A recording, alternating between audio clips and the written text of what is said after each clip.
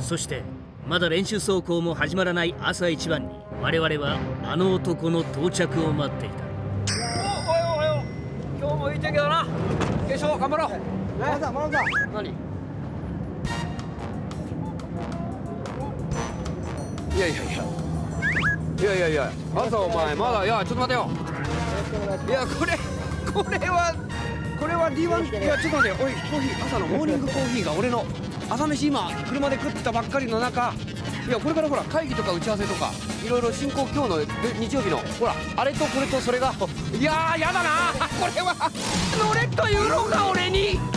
新車がデビューするたびジェットコースター顔負けのドリ車の助手席でレポートし続けてきたマナピー。その活躍は世界を股にかけ、新しいドリ車が生まれるや否や果敢にインフレに挑戦してきた。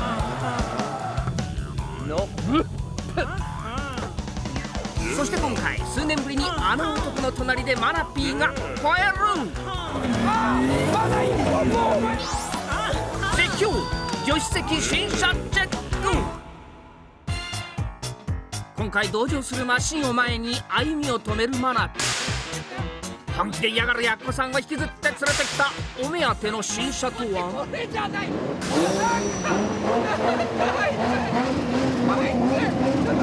違う、これじゃない。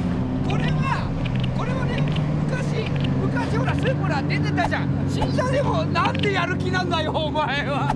なんだよそれ。伝統のアドバンカラーに身を包んだ折戸渾身のニュースープラ。スーパー耐久で使っていたマシンをベースに徹底的に作り込まれたボディ。排気量アップし850馬力を絞り出す強心臓とワンオフ筋を盛り込みしなやかに動く足がスピードと角度のドリフトを可能にしている。っていうね、だから本当は本番前なんで道場走行ではなく、新車チェック、マシン紹介をしたいと思います。折戸さんね、軽くね。マシン紹介だけ。5年ぶりだからね。道場走行はないよ。道場走行とかしないから、とりあえず何とりあえずなんで用意してんのメカニックが。何やってんのメカニック。ちょっとおいベルト大丈夫かなベルト。ほらおい。久々にマナピーを乗せるとあってやる気満々の折戸。一方その異常なやる気に不安なマナピー。やだ怖いよ怖いもん。このブリッドのこの肩越しが怖いもの。嫌がるマナピーを押し込みスタート。しかしこの後その不安が的中するとはまだ誰も知る由もなかった。これかっこいいね。かっこいいでしょ。モニターだ。すげえ。後ろほら何も見えないから。かっこいい。なんだこれマシンじゃんこの車。すげえ。いやちょっと止まろうよ頼むんだよ。まだ一歩もお前走れない。朝のモーニングだった。こんなことじゃない。ここでサイドいて。タイヤが死ぬタイヤ。まだタイヤが止まって。絶叫するマナピーを横目にウォームアップから全開の折戸。こ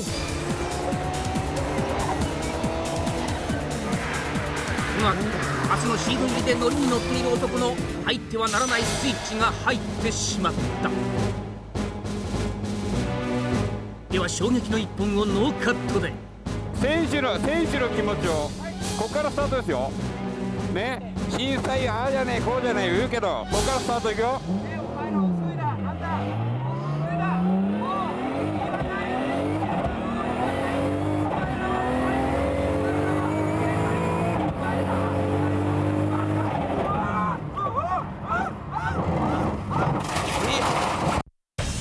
あまりの衝撃に車載カメラはここで止まってしまった。では外へでもう一度。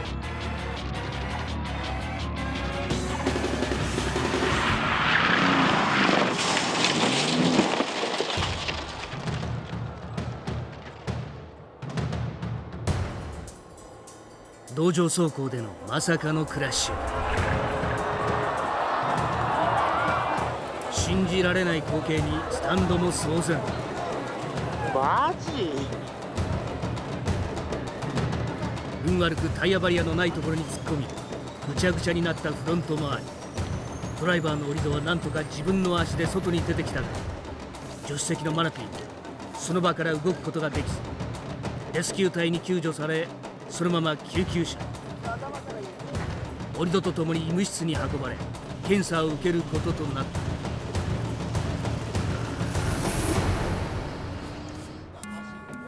この誰も予想しなかった不慮の事故の瞬間、一体何が起きたのか。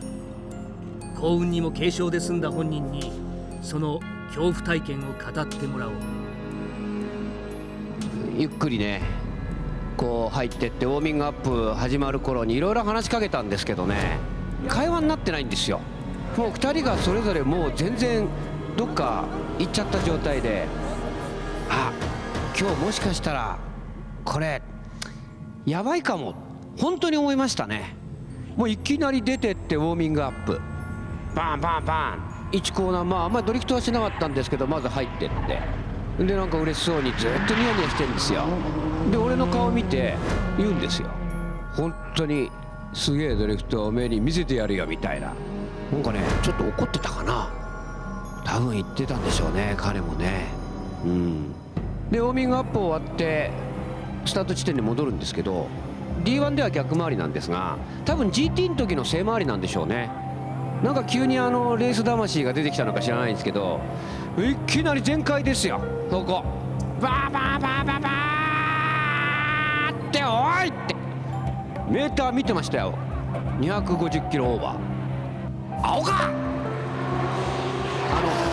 やっとちょっと我に返って、俺だこれ撮影だからね、そこそこでいいよ大丈夫大丈夫適当で1本でいいから適当でねって言ってんのに、なんかフロント冷えてんな、フロント温まってねえなとブツブツ言ってんですよ。なんだかなこれちょっと大丈夫って。それとねあとねずっとなんかサイドが調子悪いのかなんかねなんかやってんですよ。で人の話聞いてないの。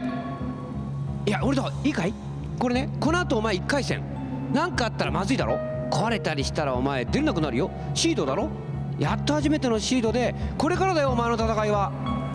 引っかかるんですよね、なんかサイドがね、聞いてんのかよみたいなねって言ってる時に行きますよ、バーバーバー、うわー来たー、いよいよこれ恐怖へのカウントダウンみたいなね。200キロぐらいまでは覚えてました。パンパンパンって入ってって、うわこっから振るんだっていうところまでは覚えてました、喋ってました。ただ軽く彼がフェイントを入れて逆側に向きを変えたんですよね。その時にちょうど僕は視界がコースから外れて壁しか見えないわけですよ。あっと思ってそのフェイントの戻りがないんですよね。あれ森田さんこれって声に出ない僕の心の声が、僕の心の声がこれって本気の失敗よくクラッシュシーンの前というかクラッシュしてる間っていうのは時間が止まってるようだ言いますよね。走馬灯のようにいろんなことがよみがえる、いろんなことを思い出す、長い時間になるって言いましたよね。冗談じゃないですよ、瞬間ですよ。壁からタイヤドスンです。短いです、もうわずかです、何にもできませんよ。それでも瞬間的に自分で身をちょっと沈めたんですね。多分俺はイメージとしてですよ、当たった瞬間にフロントガラスを頭から突き破って出ると、そう思った瞬間に多分身を沈めました。それが功を奏して何も当たらずにシートベルトだけでうまく守られて、ただ当たった瞬間ドーンと当たった時に足はなくなったかな思いました。それと同時に当たった時にぐしゃとかじゃないんです。当たった時ってぐしゃじゃないですよ。当たった時っていうのはゴンなんです。ゴン、勝て、この車勝て、それがね一番印象として残ってます。硬いんですよ車、むっちゃ硬いんです。だから足もあったし体も残ってて、で気がついてみればほとんど埋もれた状態になってて、自分はもうシートベルトにこう胸を打った状態で息ができなくて、もうただ自分がどうなってんのかということを自分の中で確認しつつ、手足が動くのだけを確認しましたよ、こうやって。で息ができない、これは大変だというとこで折戸を見たら折戸はなんとか大丈夫だし、で折戸は大丈夫ですかって逆に声をかけてくれたことを覚えてますね。本当に怖いことやってんだなと改めて思ったし、次はお前らの番だぞと本当に思いましたよ。いつでもお前らこうなるぞ、いいか、それでもやってけと、覚悟を決めろよと俺は本当言いたいと思います。皆さんの勇気に、そして折戸のその後本番が控えてるというのにできもしないことをやったそのバカさ加減に俺は本気で感動してます。ありがとう折戸。一方、精密検査のためオートポリスに待機していた民間ドクターヘリで搬送された折戸はというと、こちらも幸いにして大きな怪我はなかった。観客と人が見えて、そこまで意識してなかったの。近づくにつれて人だと思ってちょうど俺が行くこう人がいるのさっさっさってゴキブリみたいに見えるすごいでしょ、すごいクラッシュでしょ。なかなかこんなクラッシュ見れませんよ。ぶっちゃけすごい痛かったですから、とにかくでも鈴木さんに、もうちょっと怪我してるんですけど、命に別状がなく良かったと思います。本当にぶつかる瞬間本当にやばいなと思ったんですが、なんとか車だけでね積んでね大きな怪我もなかったんで、富士までには車はまたもう一回直してシートを取り返したいと思います。応援よろしくお願いします。頑張ります。この翌週には GT 富士で元気に走り4位入賞の大活躍だった折戸。 T1 でも次戦富士での再起に期待しよう。